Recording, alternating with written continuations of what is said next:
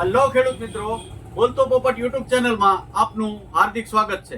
આપણે અહીંયા મહેમાન તરીકે દેવાંગભાઈ પટેલ, જે તુલસી એગ્રો ઇન્ડસ્ટ્રીઝના માલિક છે અને પીજીઆરની સૌથી લાયસન્સ વધારે ધરાવતી કંપની એવી તુલસી એગ્રો ઇન્ડસ્ટ્રીઝના માલિક દેવાંગભાઈ પટેલ આપણી શોપે પધાર્યા છે અને એની ઘણી એવી પીજીઆરની પ્રોડક્ટો બનાવે છે.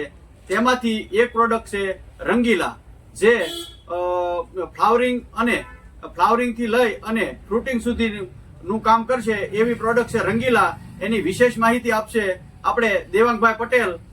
તો દેવાંગભાઈ પટેલ. થેન્ક યુ અશરફભાઈ, તમે બોલતો પોપટ ચેનલમાં મને ફરી બોલવાનો મોકો આપ્યો એ બદલ તમારો આભારી છું હું. મિત્રો, રંગીલા એક એવી પ્રોડક્ટ છે જે ફ્લાવરિંગ ટુ ફ્રૂટિંગ સંપૂર્ણ પેકેજ આપે છે તમને. એટલે કે ફૂલથી ફળનું સંપૂર્ણ પોષણ આ એક દવા આપી દે છે. મુખ્યત્વે ફ્લાવરિંગ આપવા માટે બજારમાં ઘણી બધી દવાઓ મળે છે. એ દવાઓ આપણે કહીએ કે બધા ફ્લાવરિંગ તો આપે જ છે, ચલો આપણે સ્વીકારી લઈએ. આપણી કંપની પાસે ઘણી દવાઓ છે, એ પણ ફ્લાવરિંગ આપે છે. પણ ફ્લાવરિંગ આપ્યા પછી ફ્લાવરિંગ ટકે છે કેટલું?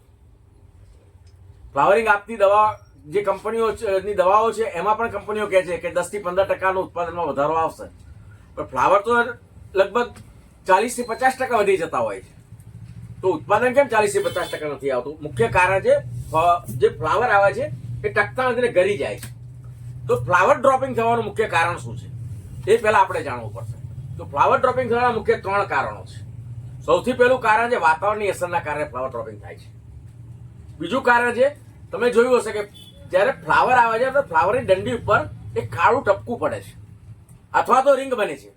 આ એક ફૂગના કારણે થતું પ્રશ્ન છે. આ ફૂગના કારણે ફ્લાવર ડ્રોપિંગ થઈ જાય છે. અને ત્રીજું કારણ છે કે છોડની પોતાની તાકાત નથી, છોડ પાસે એટલા પોષક તત્વો નથી કે તમે પાંચ ફૂલ જે છે એ 5 ફૂલને ફળમાં કન્વર્ટ કરવાની તાકાત છે, એની ઉપર 8 ફૂલ આવી ગયા છે, તો વધારાના 3 ફૂલે છોડ પોતે ખેરવી નાખે છે. તો સાહેબ, મારો કહેવાનો મતલબ એવો છે કે ફ્લાવરિંગ છે એક સુકાઈને ખરે, પછી એક પીળું થઈને ખરે, બરોબર, અને એક લીલું ખરે. તો એના માટે આ પ્રોડક્ટ એક્સેલન્ટ કામ કરશે, બહુ સરસ કામ કરશે. ત્રણ ઓલાથી ફ્લાવરિંગ કરે. કોઈ અમારે કપાસ છે ઓલ ઓવર કપાસનું વાવેતર, તો લોકો એવું કે ભાઈ મારું ફ્લાવરિંગ છે એ સુકાઈને કરે છે, કોઈ એવું કે મારું પીળું થઈને કરે છે. તો આપણે એને સપોઝ છે કે ભાઈ આપણે પોટાશની ઓલી કરતા હોય, બોરોનની ઓલી કરતા હોય, તો આ ત્રણેયમાં કામ કરશે. 100% કામ કરશે. રંગીલા કામ કરશે. કેવી રીતે કામ કરશે એ હું તમને વિસ્તૃતમાં સમજાવું. મુખ્યત્વે પહેલું કારણ શું છે કે છોડની તાકાત ઓછી છે. તો તમને જોતા હશો કે જ્યારે ફૂલ આવે છે ને ત્યારે એની બાજુમાં 2 પાન પણ ફૂટે છે. એ પાન કુદરત શું કરવા આપે છે? એટલા માટે આપે છે કે ફૂલ જે છે એમાંથી ફળનો વિકાસ કરવા માટે જે વધારાનો ખોરાક જોઈએ એ વધારાનો ખોરાક એને દૂરથી ના લાવવો પડે, એટલે નજીક ફૂટેલા પાનમાં જે ખોરાક બને છે એ સીધો એને તરત મળી જાય એટલા માટે. તો આપણે અંદર એવા પીજીઆર એડ કરેલા છે કે જેના કારણે એ જે પાન છે એનો સરફેસ એરિયામાં વધારો થઈ જાય છે. પરિણામ શું આવશે કે ખોરાક વધુ ઉત્પન્ન થશે, એટલે પૂરતું પોષણ ફૂલને મળી રહે છે, એટલે એનું ફ્રૂટમાં કન્વર્ઝન થઈ જાય છે. એટલે એની તાકાત ઓછી છે તો એ તાકાત ત્યાં ગાડી પૂરતી મળી રહે છે. એટલા માટે ફ્લાવર ડ્રોપિંગ એ રીતે અટકે છે. બીજું ફ્લાવર ડ્રોપિંગનું કારણ છે ફૂગ આવવાના કારણે. તો આપણે આની અંદર એક નેચરલ કુદરતી ફંગીસાઇડ, જેને આપણે ઓરેન્થલ બાયસલ્ફાઇડ કહીએ છીએ, જે લેન્ટેના કેમેરા નામની વનસ્પતિમાંથી મળે છે, એ આ દવામાં આપણે મિક્સ કરેલું છે. એના કારણે ત્યાં એમાં ફૂગ બેસવા નથી દેતું, ત્યાં ફૂગને ઉત્પન્ન જ નથી થવા દેતું. એટલે ફંગીસાઇડનો પ્રોબ્લેમ ત્યાં આગળ સંપૂર્ણ રીતે સોલ્વ થઈ ગયેલો છે આજે. અને ત્રીજી જે રીત છે ફૂલ ખરી જવાની, એ છે વાતાવરણ. હવે વાતાવરણનો કંટ્રોલ કરવો આપણા હાથમાં નથી, પણ વાતાવરણની અસરને નાબૂદ કરવો એ આપણા હાથમાં છે, બરાબર. તો એક સિમ્પલ દાખલો આપું છું કે એક રાજાપુરી કેરી છે. એ રાજાપુરી કેરીનું વજન કેટલું હશે? 500 ગ્રામથી 1.5 કિલોની વચ્ચે વજન હોય છે. એ એક પટલી ડંડી ઉપર આંબાની ડાળ પર લટકતી હોય છે, પણ નીચે નથી પડતી. તો આટલું વજન હોવા છતાંય એ લટકી રહે છે. તો કુદરતે ત્યાં શું મૂકેલું છે એ ખબર છે તમે? ત્યાં આગળ એક બોન્ડ મૂકેલો છે. એ બોન્ડને કહેવાય NAA બોન્ડ, નેપ્થા એસિટિક એસિડનો બોન્ડ આમાં આવેલો છે. આ બોન્ડના કારણે ત્યાં જકડાઈ રહે છે. આપણે આની પૂર્તિ કરવા માટે NA પણ આમાં આપણે આપી દીધેલું. એના કારણે વાતાવરણમાં પડતો આવશે તો પણ નહીં ખરે. આ વર્ષે આપણે આ દવાનું પહેલું જ વર્ષ છે.